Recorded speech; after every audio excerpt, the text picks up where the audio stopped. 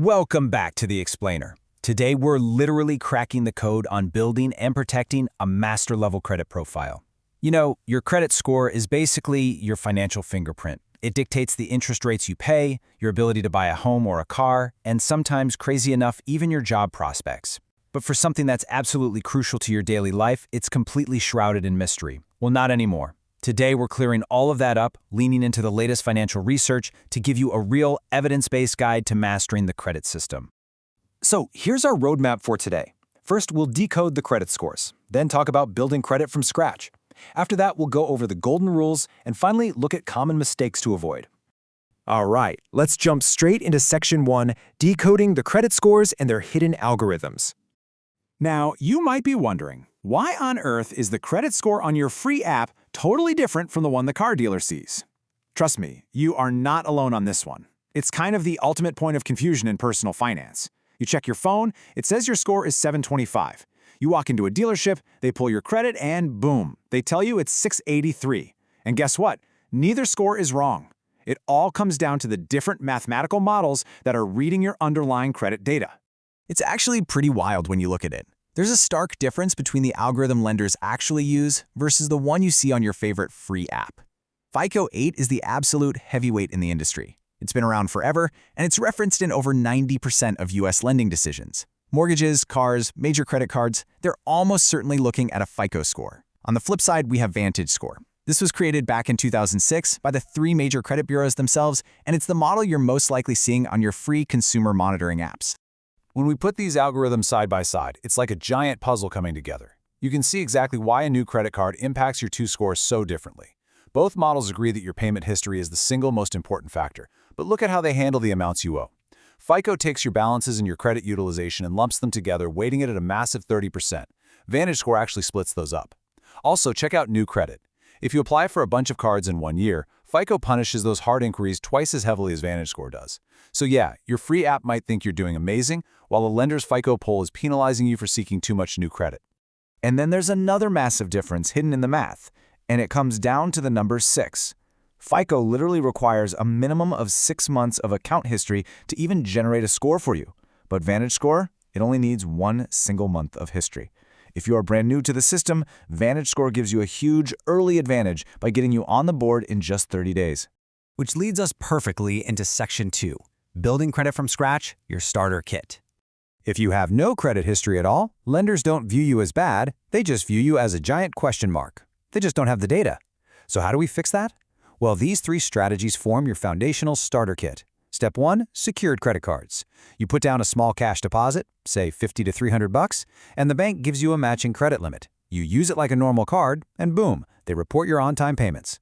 Step 2, credit builder loans. This is super cool. A credit union locks a small loan into a savings account. You make monthly payments for a bit, building pristine history, and when the term is up, you get the accumulated cash back. Finally, Step 3, become an authorized user. If someone you trust has stellar credit and adds you to their account, you basically inherit all their great payment history. And hey, we're living in a golden age of digital credit building. Modern apps like Kickoff, Self, or Credit Strong are total game changers here. They're designed specifically to help beginners establish history without the terrifying dangers of high-interest borrowing. They report directly to the bureaus, fast-tracking that early Vantage Score and setting the stage for a great FICO score later on. Okay, moving on to Section 3, the golden rules, playing to win. Now that you have the tools, we've got to talk about maintaining that high score, because that takes discipline. The absolute crucial point here is understanding your credit utilization rate. If you max out your cards, you are signaling massive risk to lenders. Think about it. If you have a card with a $1,000 limit and you spend $500, your utilization rate is 50%. The algorithms obsess over this ratio because, statistically, people who max out their available credit usually run into trouble paying it back. Financial experts will tell you over and over, do not cross this 30% danger zone threshold, ever. Even if you pay your balance off in full every single month, if the credit card company happens to report your balance to the bureaus on the day when your card is halfway maxed out, your score is going to take a major hit. Keep it under 30%, period.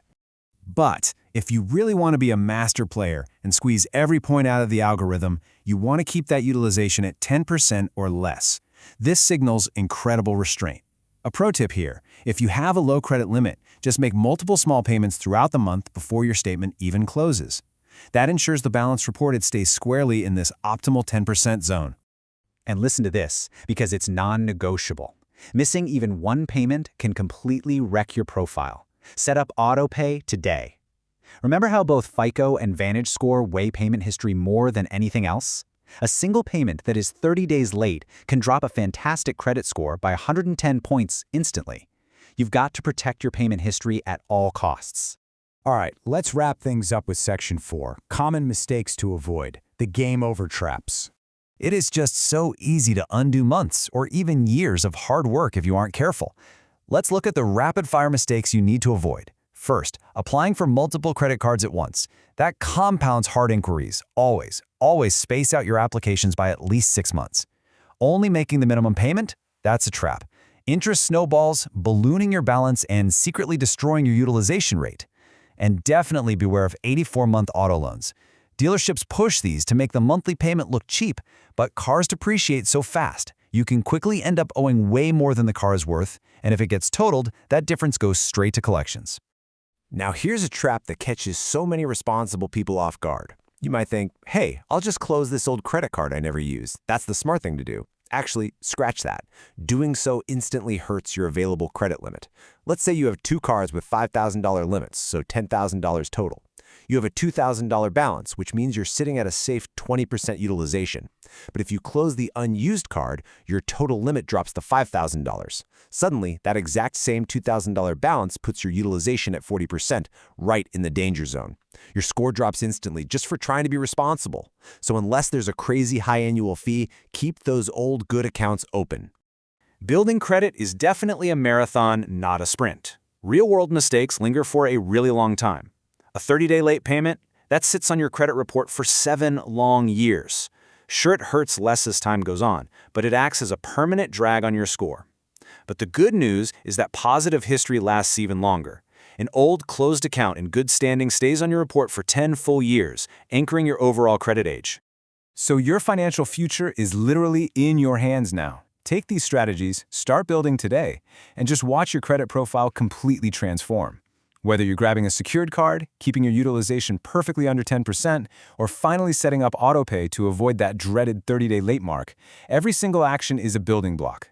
The system isn't a mystery anymore. It's just a rule book. And now that you know exactly how to play, what will your score be 6 months from today?